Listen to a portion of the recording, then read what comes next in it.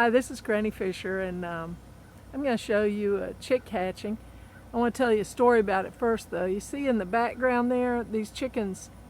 I got all these chickens from a hatchery about 2 years ago.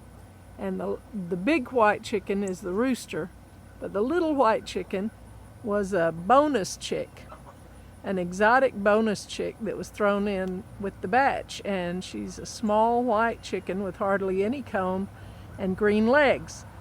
And when she finally started laying eggs, which was long after the other ones had started laying eggs, she laid blue eggs. And I haven't figured out what kind of chicken she is. You see her leaving over there. She's kind of isolated because the other chickens, as soon as she started getting big enough that they could tell she looked different from them, they started picking on her. So she's the bottom one in the pecking order. And some weeks ago, she disappeared for a few days, and I thought something had gotten her. I thought a hawk had gotten her, or a dog, or maybe even one of the neighbor's cats. And she finally showed up, and it was after a rainstorm one night, and she was all bedraggled looking. And I said, that hen is sitting on some eggs. Well, I finally found the nest. She had made it outside the fence. She would go under the gate because she's very small. And she had gotten outside the fence that goes around the yard and had made her nest right at the base of the fireplace in the flower bed. And so I just let her set those eggs. She originally had 10 eggs, and we found one broken and emptied out in the driveway, so I guess one of the cats got it. So she had 9 blue eggs, and she was setting those eggs. Well, one day a cat got after her and ran her off the nest. She was squawking in the front yard, and I went out there, and she was running around the yard all panicky, and the cat was hovering over the nest getting ready to eat an egg, and he turned around and looked very annoyed at me. And I shooed him off and then threw an M80 after him to, speed him on his way. And I got all the eggs out and I put them in the incubator. And my husband didn't think they would hatch because of what they'd been through. But I put them out in the barn in the incubator, and then Tennessee being what it is, we got some really hot days, and the incubator was reading at 109 degrees one day. I said, that's way too hot. It's supposed to stay about 100 degrees and about 60 to 65% humidity. And then the last 3 days of the 21-day hatch, you're supposed to up the humidity to about 75%. Well, after 109 degrees, I figured these chicks are cooked. They're not going to hatch. But just to be on the safe side, I took them in the house, and lo and behold, they hatched. Yesterday and today, they began hatching, and I've got 9 chicks out of 9 eggs. So that was a really good hatch. I've never had 100%. So I'm going to show you one of the chicks, the last one, coming out of the egg. I wanted to try and stay here until the chick hatches, actually comes out of the nest, out of the egg, because I've done another recording of chicks hatching, and it was taking so long that my phone filled up with data and couldn't handle it anymore, so you missed the grand finale when the chick actually came out of the egg. But these have been hatching really fast.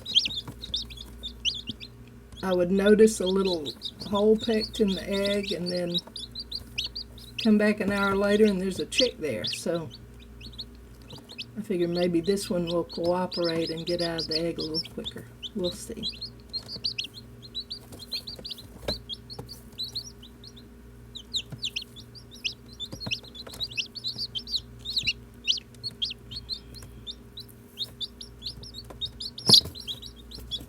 Just a word to the wise, you can't help the chick get out of the egg. It has to do it on its own, or it won't be strong enough to survive. So even though it seems to be struggling and weak, this is what makes it strong.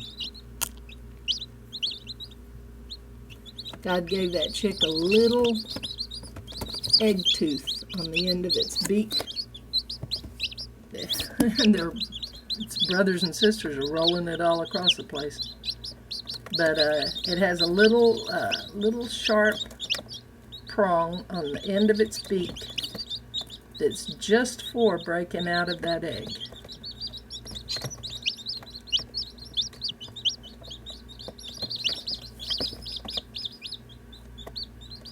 And they know how to get out, oddly enough. Here's the brothers and sisters. See? Cute babies. Cute babies. Some of them are still wet from being in the egg. And when you crack an egg for breakfast, the big yellow part, the yolk, is actually the food source for the chick while it's in the egg. The chick itself will be a tiny little speck of red. And in 21 days it becomes a living creature that can come out and live and breathe and eat and function. And that's your baby chicks.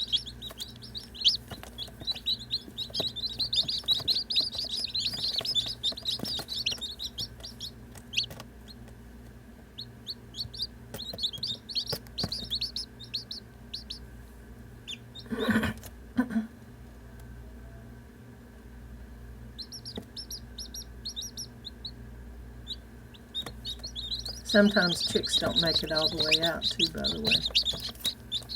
Sometimes they'll try and then they're too weak to make it out of the egg. Or they make it out of the egg, but then they're too weak to survive after that exertion. So this is a good screening process. Only the strong survive.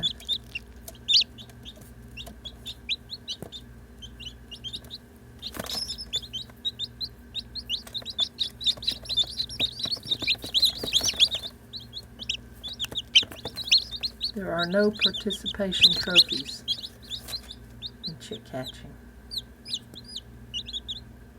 You either win or you lose.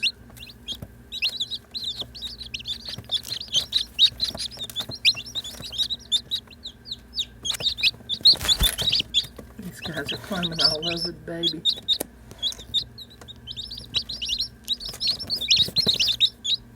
I'm going to pause just a minute.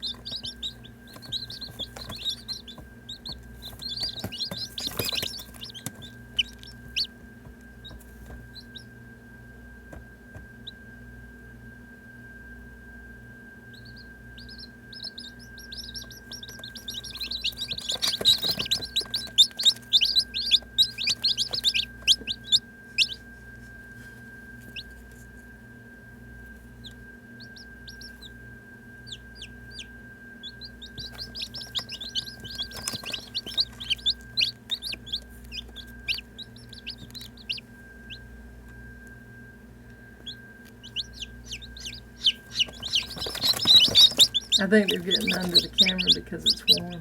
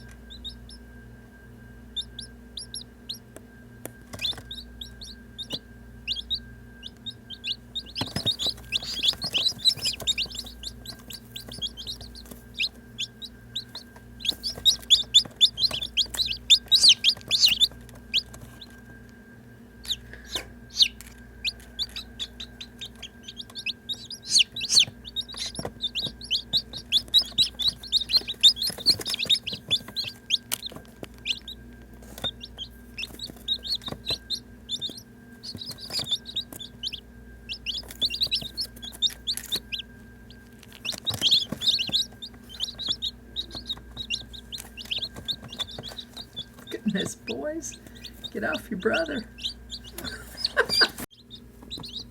That was a very short pause, but we're going to try and catch this baby as he comes out.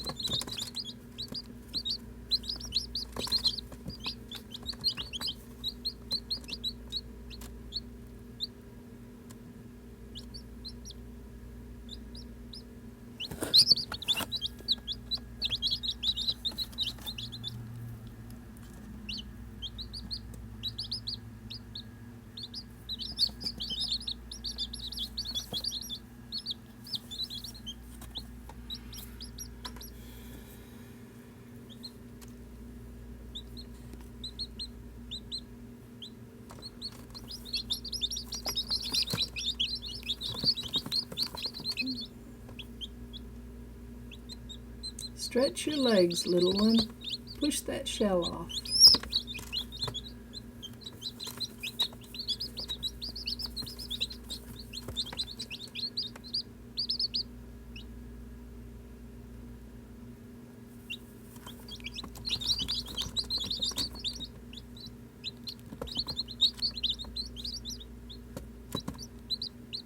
He said, "Here, Bubba, let me help you with that."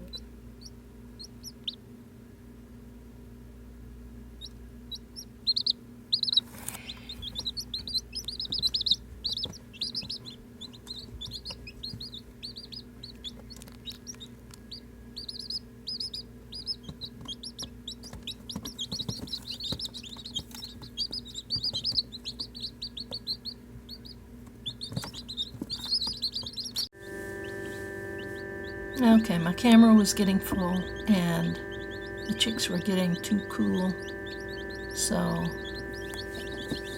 I paused and poured a little water on the wash rag and put the top back on the incubator to warm them up.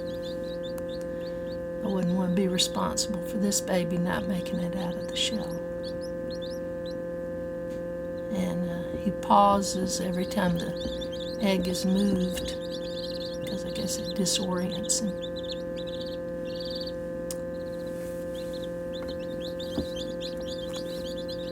Now everybody's warming back up and the humidity level's coming back up. The chicks need that humidity to make it out of the shell, because otherwise they stick to the inside of the shell. And in an incubator, you want to keep the temperature around 100 degrees and the humidity around 60% until the last 3 days of the hatch.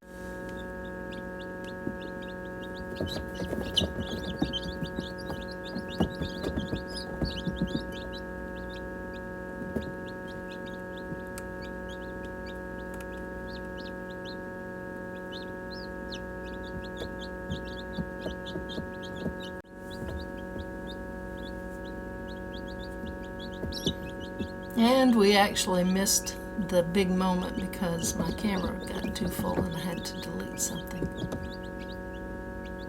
But there's the little thing. It made it out of the egg.